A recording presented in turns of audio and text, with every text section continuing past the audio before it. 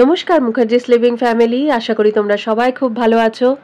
আজকের ব্লগে থাকছে তোমাদের জন্য এমন একটি রেসিপি যেটা এই ভীষণ গরমে তোমাদের সময়ও বাঁচাবে, আর এই পদটি খাওয়ার পর বাড়ির প্রত্যেকে এক মুঠো ভাত বেশি চাইবে।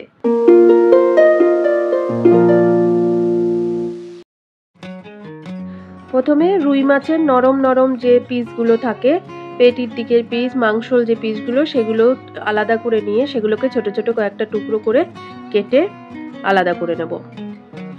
মাছের টুকরোগুলো একটু ছোট করলে যে প্রিপারেশনটা করব সেটা খেতে আরো ভালো হবে, বড় থাকলেও কোনো ক্ষতি নেই।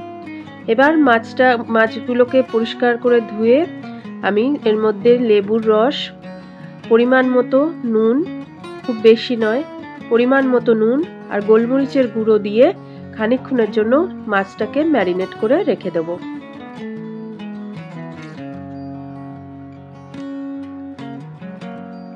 এবার আমি একটা বড় আলু ছোট ছোট টুকরো করে, একদম বাটি চচ্চড়ি যেরকম কাটে সেই রকম ছোট ছোট টুকরো করে কেটে নেব। দুটো পেঁয়াজ কুচিয়ে নেব, একটা টমেটো কুচিয়ে নেব, 4 কোয়া রসুন আর 1 ইঞ্চি আদা কুচিয়ে নেব।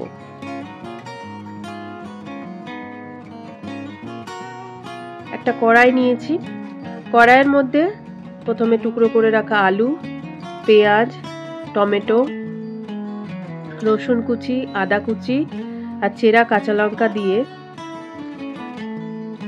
পরিমাণ মতো হলুদ দিয়ে ভালোভাবে পুরো জিনিসটাকে মাখিয়ে নেব।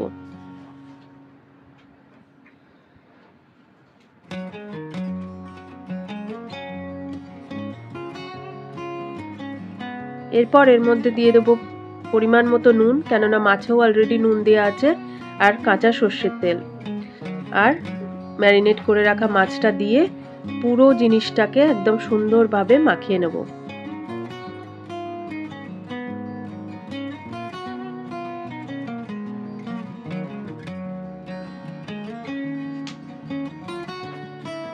গ্যাস অন করে কড়াটা গ্যাসের ওপর বসিয়ে একদম বাটি চচ্চড়ি হওয়ার মতো, আলু সেদ্ধ হওয়ার মতো পরিমাণ মতো একটা আন্দাজ মতো জল আমরা দেব। এমন জল না যে সব পুরো জিনিসটা ডুবে গেল, একটা আন্দাজ মতো জল দিয়ে জিনিসটাকে আমরা ঢাকা দিয়ে মাঝারি আঁচে হতে দেব।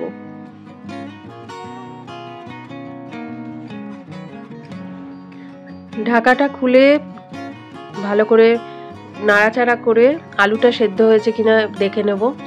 আলু একদমই সেদ্ধ হয়ে গেছে।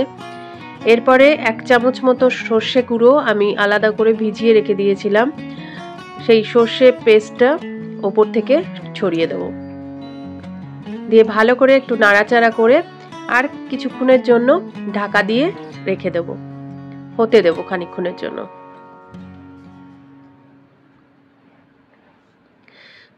2 মিনিট পরে ঢাকা খুলে একদম তৈরি রুই মাছের বাটি চচ্চড়ি।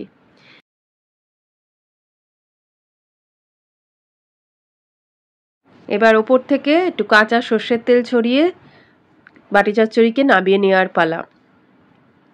সত্যি কথা বলতে কি, এত সুন্দর গন্ধ বেরিয়েছে আর এত সুন্দর দেখতে হয়েছে যে মানে ভীষণ লোভনীয় একটা পদ, আর ভীষণ ইজিলি এই গরমে সময় বাঁচিয়ে তাড়াতাড়ি গ্যাসের আগুন থেকে দূরে সরে যাওয়ার জন্য এই রকম একটা পদ খুব ইজিলি বাড়িতে বানিয়ে নেওয়া যায়।